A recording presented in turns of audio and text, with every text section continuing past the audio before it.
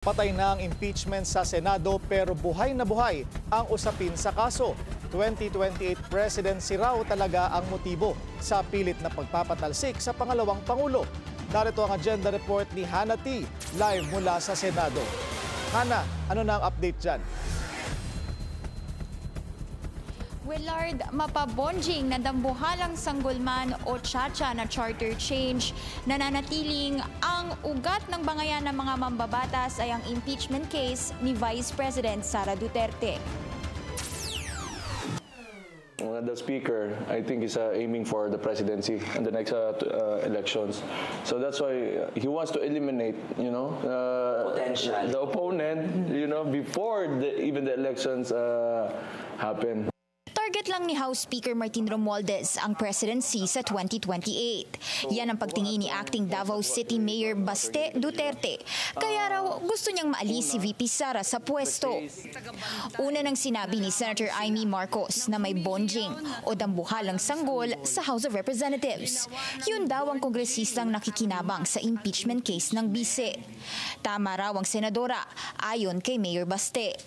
You know that you have money and power and influence, that you can get away with anything using money, with all these resources. He was brought up to be someone who, the way he is right now. Wala pang opisyal na pahayag si Romualdez tungkol dito.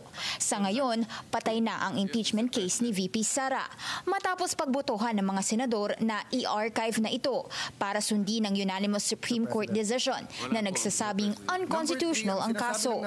Pero kahit formally archived na ang impeachment, may word war sa loob ng Senado. Easy lang. Yan ang mensahe sa X o Twitter ni Senate President Cheese Escudero kay Senate Minority Leader Tito Soto. Una na kasing sinabi ni Soto na pabor siyang i-revise ang 1987 Constitution sa oras na pinal na nga ang desisyon ng SC para ibasura ang impeachment ni VP Sara. Buwelta ni SP Cheese, kinampihan na nga raw ni Soto ang isang unconstitutional na impeachment na pinangunahan ni Romualdez. Ngayon naman, kakampihan niya ulit ang tsa-tsa o charter change ng lower chamber na pinangungunahan pa rin ng House Speaker.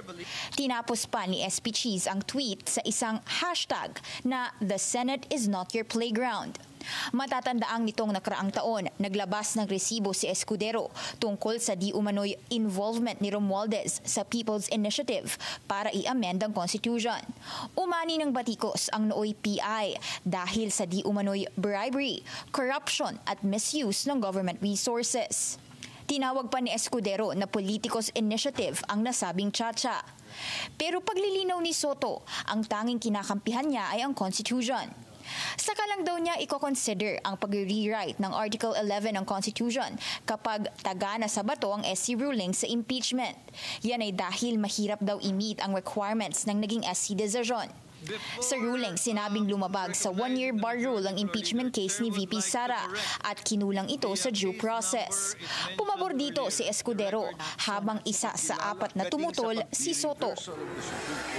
All decision is not impossible. Willard, kanina sa isang panayam sinabi ni Senator Joel Villanueva na ang usaping charter change dapat sa tamang oras, tamang panahon at tamang paraan. Kaya lang anything that officials will do right now with tsa-tsa, hindi raw maalis ang pag-iisip ng taong bayan na posibleng konektado na ito sa 2028 presidential elections. Willard.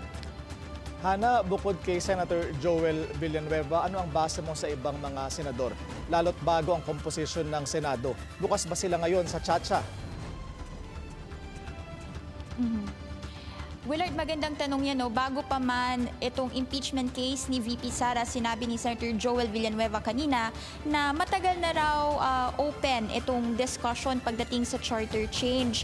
At sabi naman niya, mahalaga raw ay mapag-usapan daw ito ng mga senador given nga na bago yung composition ng Kongreso na ito. At kung matatandaan natin, si Senator Robin Padilla ang nakaupo ngayon na chairman ng Constitutional Amendments Committee. Pero kanina sinabi ni Villanueva na posibleng may changes sa committee chairmanship dahil Interesado naman daw si Senator Robin na dapat ang mauupo sa ganung komite ay isang abogado at ang posibleng options daw ay sina Senators Kiko Pangilinan, Alan Peter Cayetano na mga abogado nga. Pero syempre since hindi pa naman pinal, hihintayin pa natin kung ano yung magiging development pagdating dito sa Committee on Constitutional Amendments. Balik sa iyo, Willard. Alright, maraming salamat sa iyo, Hannah T. Live mula sa Senado.